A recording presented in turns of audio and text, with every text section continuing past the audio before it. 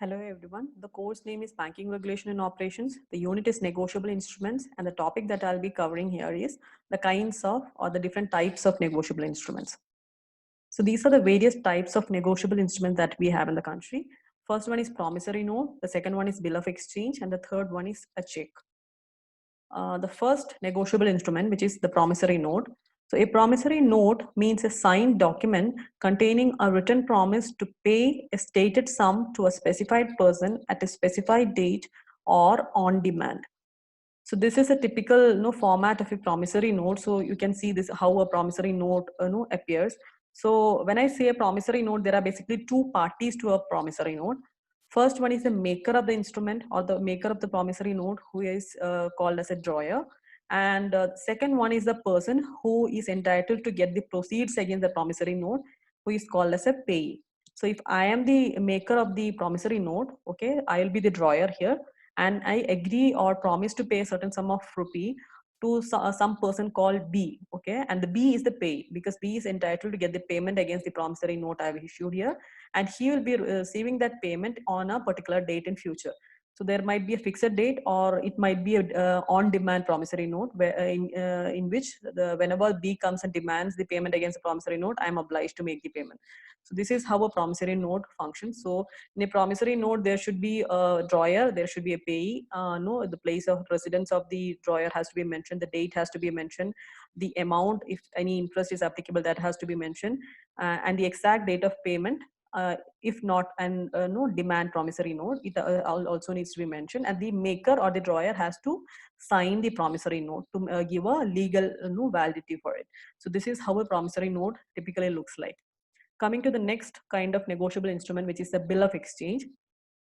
So according to Section 5 of the Negotiable Instrument Act of 1981, a bill of exchange can be defined as an instrument in writing containing an unconditional order signed by the maker directing a certain person to pay a certain sum of money only to or to the order of certain person or to the bearer of the instrument. So this is how a bill of exchange looks like. And unlike in the case of a promissory note, here we have three parties. So one is a drawer, the person who creates the bill of exchange, okay? And there is another person. This person was not there obviously in case of a promissory note. So this is the third party in case of a bill of exchange, which is not there in a promissory note, who is called as a drawee, okay? And the third person who is called the pay. So here the drawer is the person who creates this bill, okay, and drawee is the person who is supposed to make the payment to the payee on behalf of the drawer, okay. For example, if I am the drawer of the bill of exchange, okay, and I want X to make the payment of 10 lakh rupee to Mr. A on my behalf, right? In that case, I'll be the drawer here. Mr. X will be the drawee, and Mr. A will be the pay. So pay is the person who is entitled to get the proceeds against the bill of exchange. Draw is the person who is supposed to make the payment on behalf of the drawer, and drawer is the person who creates and signs the bill of exchange, right? In this case, drawer, who is Mr. P, will be directing the drawee, that is Mrs. Q, to make a payment of rupee 1,50,000 3 months after the date to someone called Mr. R, who is the pay, right? So this is how a bill of exchange is created. Normally in a bill of exchange, a stamp will be affixed, and also Mrs. Q has to accept it.